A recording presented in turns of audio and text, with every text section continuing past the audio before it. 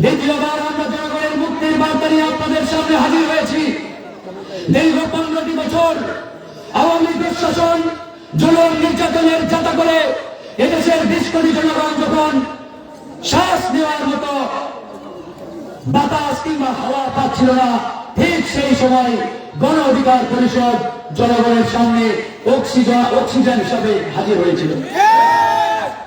আমরা মুক্তির বার্তা নিয়ে আপনাদের সামনে হাজির হয়েছিলাম এবং বলেছিলাম আমৃত্যু এই ফ্যাসিবাদের পতন না হওয়া পর্যন্ত গণ অধিকার পরিষদ রাজপথে থাকবে ইনশাআল্লাহ। আমরা কথা রেখেছি, আমরা হারিয়ে যাই নাই, আমরা পালিয়ে যাই নাই, আমরা ওই ফ্যাসিবাদের কাছে মাথা নত করি নাই। আজকে এই বাংলাদেশ ফ্যাসিবাদ মুক্ত হয়েছে, এই বাংলাদেশ থেকে ফ্যাসিবাদকে আমরা বিতাড়িত করেছি।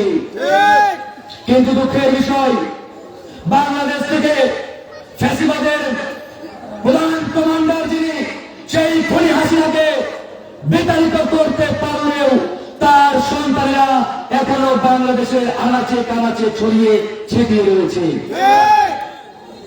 আমার হাসি পাই যখন এই খুনি হাসিনার দোসরেরা, সন্তানেরা মাঠে নামার হুঙ্কার দেয়, তারা কি আগামী ফেব্রুয়ারিতে রাজপথে নামবে। আমরা বলি আসেন, মাঠে আসেন, খেলা মাঠে হবে, তবে সেই মাঠে নামার আগে তোমরা তোমাদের পিঠে তেল মালিশ করে নিয়ে আসিও। দেশের জনগণ তোমাদেরকে একবার রাজপথে পেলে আস্ত রাখবে কিনা সেটা বড় একটি প্রশ্নের বিষয়। কারণ 17 বছর জনগণের বুকে যে জুলুম নির্যাতন তোমরা চালিয়েছ, সুতরাং আগামীতে এদেশের মানুষ সেই খুনি এবং সেই সন্ত্রাসবাদী দলের কোন সদস্যকে সামনে পেলে তাদের কি করবে সেটা এদেশের জনগণই ঠিক করবে। বন্ধুগণ, আজকে আমরা এই নারায়ণগঞ্জের সোনারগাঁও উপজেলার সমাবেশে আপনাদের সামনে হাজির হয়ে একটা কথাই বলতে চাই, এই গণ অধিকার পরিষদ রাজপথ থেকে উঠে আসা রাজনৈতিক দল, বিগত সরকার এই দলকে নানাভাবে তাদের প্রয়াসে নেওয়ার জন্য বারবার চেষ্টা করে ব্যর্থ হয়েছে। বিগত একতরফা নির্বাচনে যাতে গণ অধিকার পরিষদ অংশগ্রহণ করে তার জন্য যা যা করার সরকারের পক্ষ থেকে তার সর্বোচ্চ চেষ্টা তারা করেছিল।